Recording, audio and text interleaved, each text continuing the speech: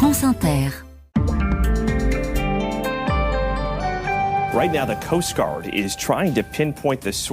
Et nous voilà d'abord aux États-Unis, Kevin, au large des côtes de la Louisiane. Où se sont déversés dans le golfe du Mexique ces derniers jours près de 4 millions de litres de pétrole brut. C'est dû à une fuite sur un oléoduc sous-marin fermé désormais. Et les gardes-côtes américains cherchent l'origine de l'accident et surtout essayent de contenir la pollution pour éviter une éventuelle marée noire sur les côtes et sur le delta du fleuve Mississippi. Pour l'instant, le pétrole n'a pas atteint la terre. Les zones humides de la Louisiane sont connues pour leur biodiversité très riche. Les autorités craignent donc une véritable catastrophe écologique. D'ores et déjà, des oiseaux, notamment des pélicans recouverts de mazout, ont été observés, même si l'ampleur est bien moindre pour l'instant. Cela ravive dans la région le souvenir douloureux de la catastrophe Deepwater, l'explosion d'une plateforme pétrolière de BP dans le golfe du Mexique, qui avait déclenché la pire marée noire de l'histoire des États-Unis.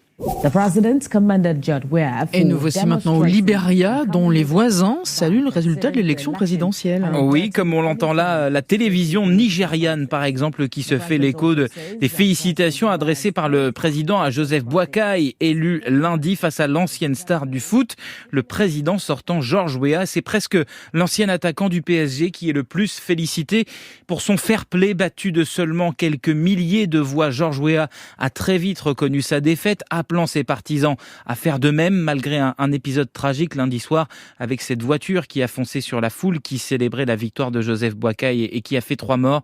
Les résultats n'ont pas provoqué d'épisodes de violence ou de contestation.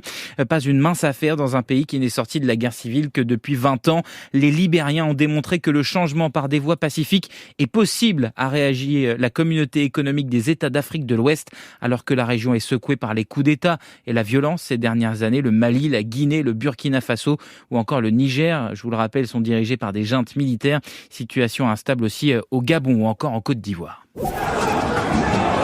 Et puis nous voici enfin en Chine, où le pouvoir s'attaque aux mosquées. Comme ici, il y a quelques mois dans le Yunnan, des fidèles face aux forces de l'ordre pour empêcher la destruction de leur mosquée. C'est l'ONG Human Rights Watch qui alerte aujourd'hui sur la situation dans le nord de la Chine, où se trouvent les plus grandes communautés musulmanes du pays.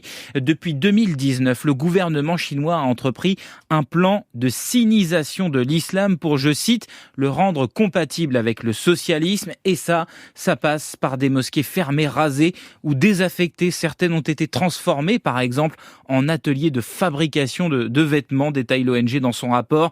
Image à l'appui, elle montre aussi comment des minarets sont détruits pour rendre certaines mosquées invisibles. Le tout pour restreindre la pratique de l'islam, affirme Human Rights Watch. Kevin Dufraîche sous les radars, merci beaucoup.